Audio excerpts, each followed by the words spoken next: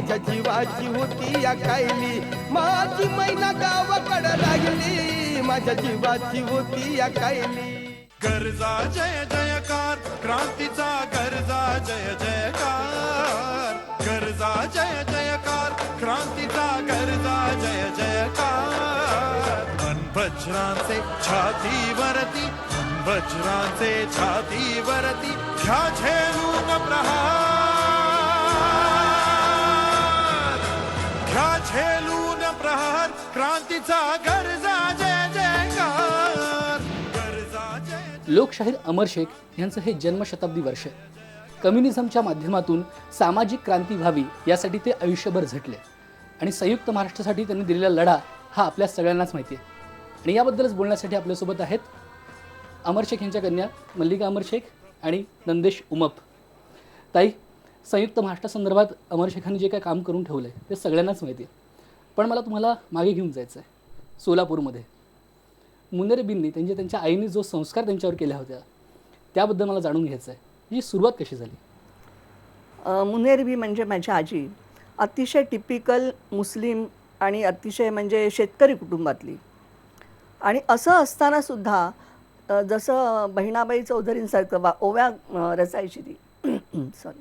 आणि ओव्या रचता रचता त्या ज्या ओव्या माझ्या वडिलांनी लिहून ठेवलेल्या आहेत, तर त्यांचा जो काय संस्कार आहे की अंजान माझं बाळ मोल हिऱ्याला येईल, दुबळं माझं पण उद्या निघून जाईल, अंजान माझं बाळ मोल हिऱ्याला येईल. हे जे काय, आणि खरोखर ते त्यांचे शब्द इतके खरे झाले की त्यांच्या मुलाने अगदी हिऱ्यासारखं कर्तृत्व केलं आणि लखलख ठेवलं. तर त्यामुळे ती जी एक कवित्वाची हे होती वृत्ती ती माझ्या वडिलांकडे होतीच.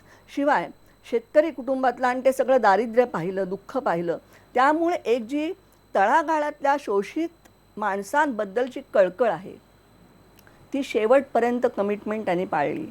आणि ते जेव्हा कामगार आंदोलनात विसापूर जेलमध्ये गेले तेव्हा कॉम्रेड कराडकर यांनी त्यांना कम्युनिस्ट ह्याची ज्ञानाची संस्था दिली. असा हा काळ कुठला साधारण 1942 आधीचा.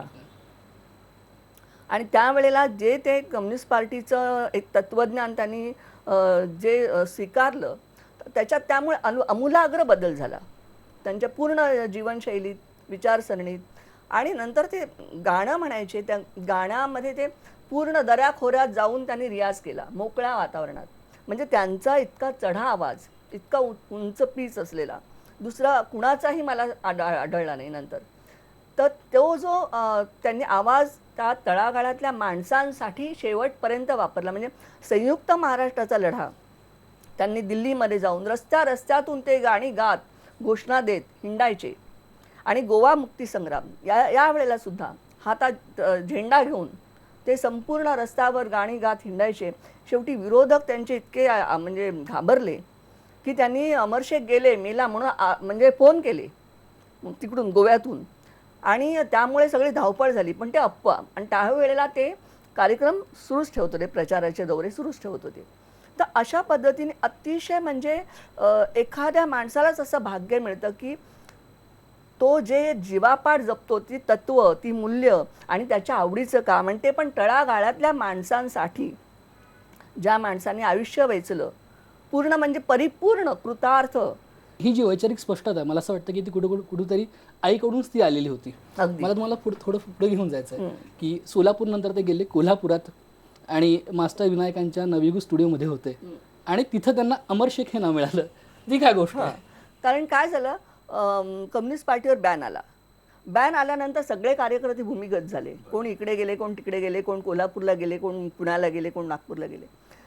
भाई त्यांच्या कार्यकर्त्यांबरोबर निवडक कोल्हापूरला गेले आणि तिकडे पोलिसांनी ओळखू नये म्हणून सगळ्यांची नावं बदलली. तर मग मेहबूब हुसेन पटेल या नावाचं अमर शेख हे सुटसुटीत नाव त्या कम्युनिस्ट पार्टीतल्या लोकांनी भाईंना दिलं आणि तेच नंतर कायम राहिलं. ही म्हणजे खूप इंटरेस्टिंग खरं गोष्ट आहे. ते सगळं आयुष्य चित्तथरारक आहे. आणि स्वतःच्या मूल्यांवर आणि स्वतःच्या मूल्यांसाठी तत्वाला मुरड न घालता त्यांना शेवटपर्यंत काम करता आलं आणि त्यांनी काम केलं. आणि संयुक्त महाराष्ट्राचं त्यांनी जे योगदान दिलं, गोवा मुक्ती संग्रामात जे योगदान दिलं, ते अतिशय म्हणजे अभूतपूर्व असं आहे. ते कोणीही विसरू शकणार नाही. म्हणजे मी तर म्हणेन त्यांनी जे काय कर्तृत्व केलं त्यामुळे आज ही मुंबई महाराष्ट्रात आहे.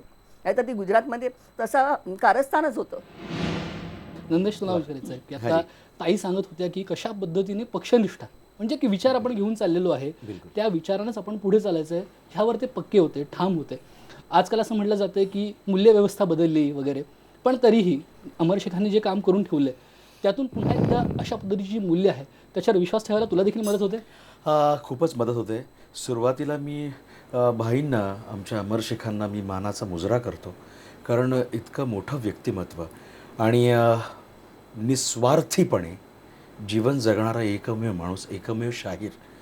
जे आपण मगाशी आता ताईने सांगितलं की त्यांच्या आईकडनं जे बाळकडू त्यांना मिळालं आणि उर्दू मराठी ओव्या ह्या पहिल्यांदाच कुणीतरी केल्या असतील असं मला वाटतं. तर त्या उर्दू मराठी काव्यातनं आणि मुलाला घडवणं आणि तिच्या जीवनाचं जे सांगणं सार आहे हे कुठेतरी आम्हालाही खूप उभारी देऊन जातं.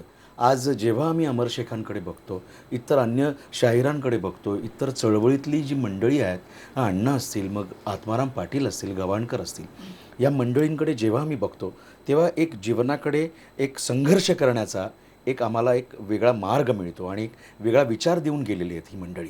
हा फक्त चळवळीत पुरताच नाही आहे, तर तुमच्या दैनंदिन आयुष्यात म्हणजे तुम्हाला अन्यायावर मात करता आली पाहिजे आणि अन्यायासाठी लढायला आलं पाहिजे, मग ते काही असेल.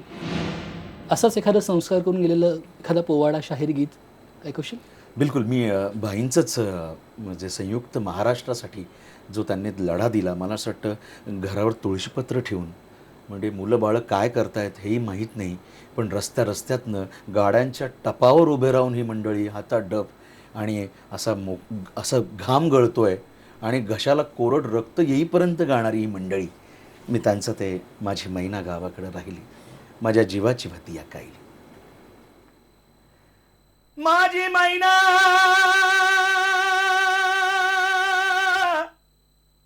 माझी मैना हो माझी मैना हो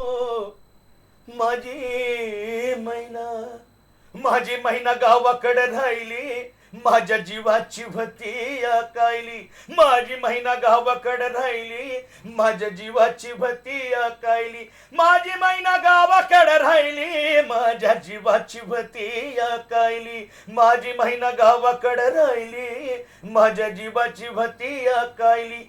वोतीव बांधा रंग व्हाळा कोर चंद्राची, उदात्त गुणाची, मोठ्या मनाची, अन सीता ती माझी रामाची. हसून बोलायची, मंद चालायची, सुगंध केतकी, सतीज कांती, घडी पुतळी सोन्याची, नवनवतीची काडी दवण्याची, रेखी भुवया कमान जणू इंद्रधनुची. ताई जेव्हा हा गात होता तेव्हा मी पाहिलं की तुमच्या डोळ्यासमोर कधी चित्र चालली होती, तुम्ही थेट त्या काळात गेला होता जेव्हा संयुक्त महाराष्ट्राचं आंदोलन पेटलेलं होतं. मला सांगा त्यावेळेसचं वातावरण काय होतं आणि कशामुळे ते या सगळ्या आंदोलनाकडे वळले, काय परिस्थिती त्यावेळेसची? संयुक्त महाराष्ट्राच्या चळवळीच्या वेळेला तर सगळं म्हणजे एक रान पेटवलं होतं त्यांनी. आणि आवाजाच्या बरोबर आवाज घेऊन आपला एक बुलंद, की माझ्या वडिलांचा आवाज म्हणजे तुम्हाला तर माहिती आहे की लाखो लोक बसलेले आहेत आणि माईकच नाही, माईक बंद पडला तरी सुद्धा तो त्यांचा आवाज टिपेचा शेवटच्या माणसापर्यंत स्पष्ट ऐकू जायचा, इतका त्यांनी आवाज कमवला होता. आणि त्याच्या पलीकडे जाऊन त्यांनी संयुक्त महाराष्ट्राच्या वेळेला एवढ्या लोकांना जनजागृती खरं म्हणतात की त्यावेळेचा माहोल मी अजून बघते, म्हणजे अशी माणसं होणे नाही. ही जी काय नीतिमूल्य आहे, ही काय जी कमिटमेंट आहे, सामाजिक बांधिलकीची जाणीव आहे, त्यावेळेला खूप कॉम्पिटिशन पण होती.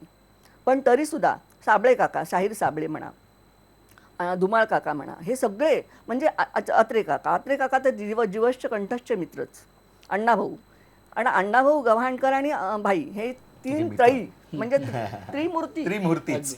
आणि हे त्रिमूर्ती एकवटून लालबावटा कलापथक झालं होतं.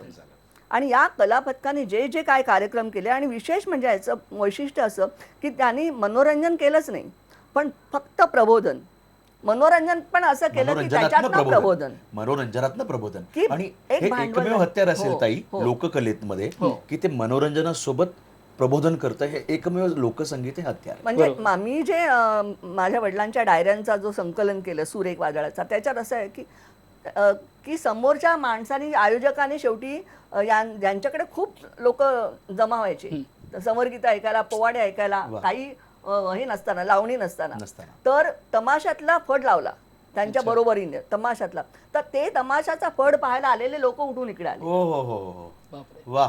म्हणजे असं आहे की दादा कोंडकेंची आठवण आहे की दादा कोंडकेंनी भाईंचा हे कार्यक्रम मोडायसाठी त्यांना पाठवलं होतं दगड घेऊन. अच्छा. आणि ते माझ्या वडिलांचं गाणं ऐकता ऐकता एवढे भारावून गेले की दगड फेकायचं विसरूनच गेले. हो हो हो हो हो. म्हणजे हे जे काय गारुड आहे हा हा हा. त्यांच्या नुसतं आवाजाचं नाही, शब्दांचं. तर शब्दांचं. म्हणजे ते गरजा जय जयकार हे गाणं, क्रांतीचं गाणं, कुसुमाग्रजांचं हे गाणं गाताना मला अजूनही आठवतं, असं शहारा यायचा सर्वकडनं. अजूनही येतो. हो, ते गाणं म्हणजे संपूर्ण असं रक्तमास असं सळसळून जातं.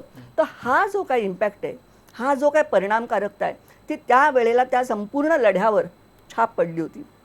आणि त्यामुळे जनजागृती व्हायला एवढी मदत झाली या सगळ्या पोवाड्याची, गाण्यांची. गरजा महाराष्ट्र माझा, म्हणजे तू सुद्धा हे गाणं अनेक वेळा गातोस आणि तुझ्या आवाजात आम्ही ऐकलेलं आहे. आणि त्यावेळेस जो माहोल असतो तो वेगळा असतो. वेगळा असतो. तू जेव्हा ते गाणं गातोस त्यावेळेस तुझ्या मनात काय चालू असतं?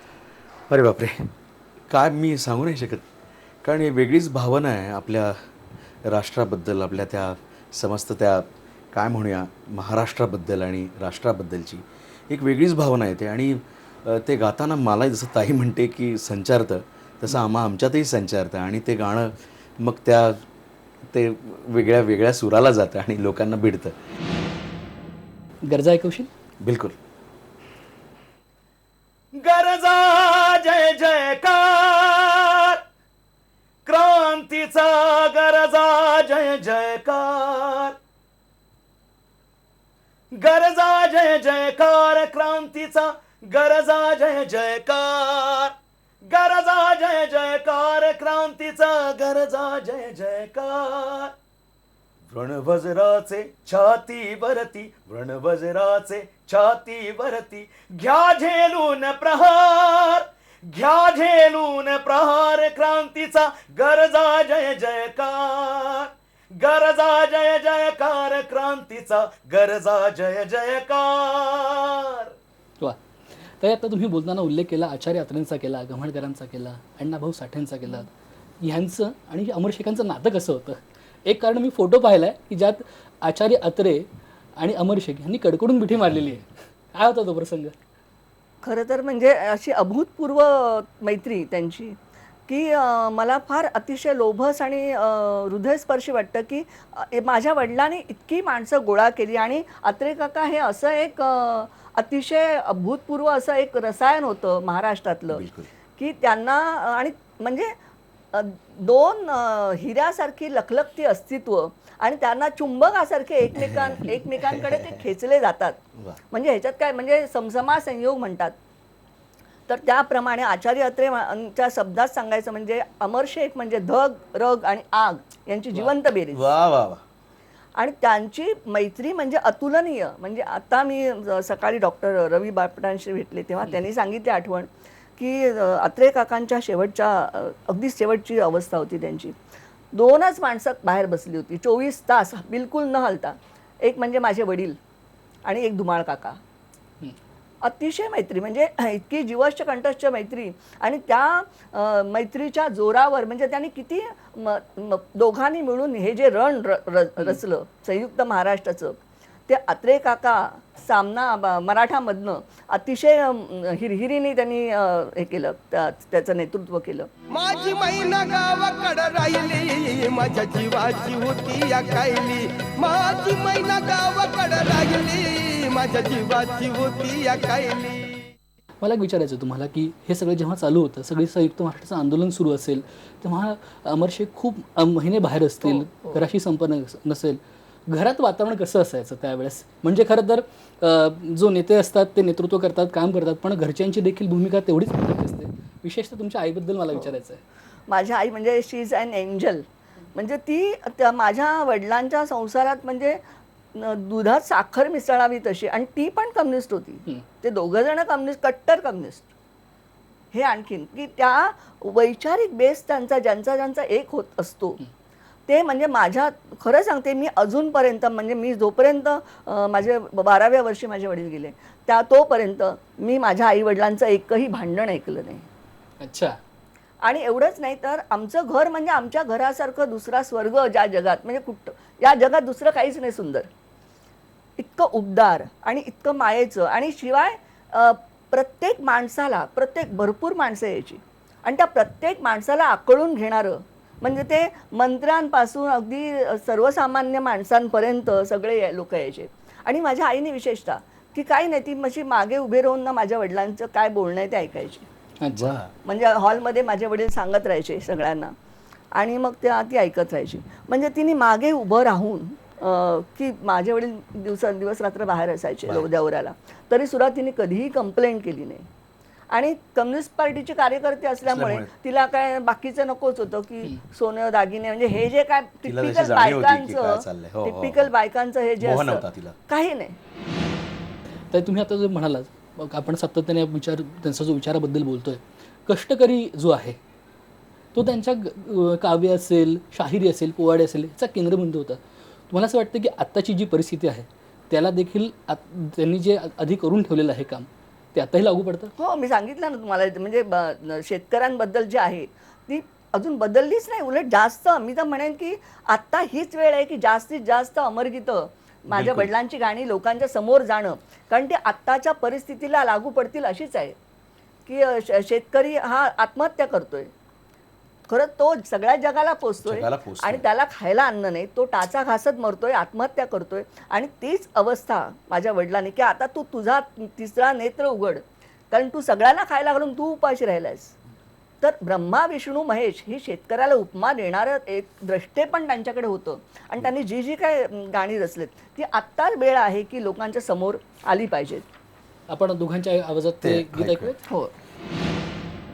जय जय राम कृष्ण हरी जय जय राम कृष्ण हरी राम राम राधे कृष्ण हरी राम राम राधे कृष्ण हरी. शेतकरी भोळे कृष्ण माझे भोळा राजा कुणबी हरी. शेतकरी भोळे कृष्ण माझे भोळा राजा कुणबी हरी राम राम राम राजा कुणबी हरी राम.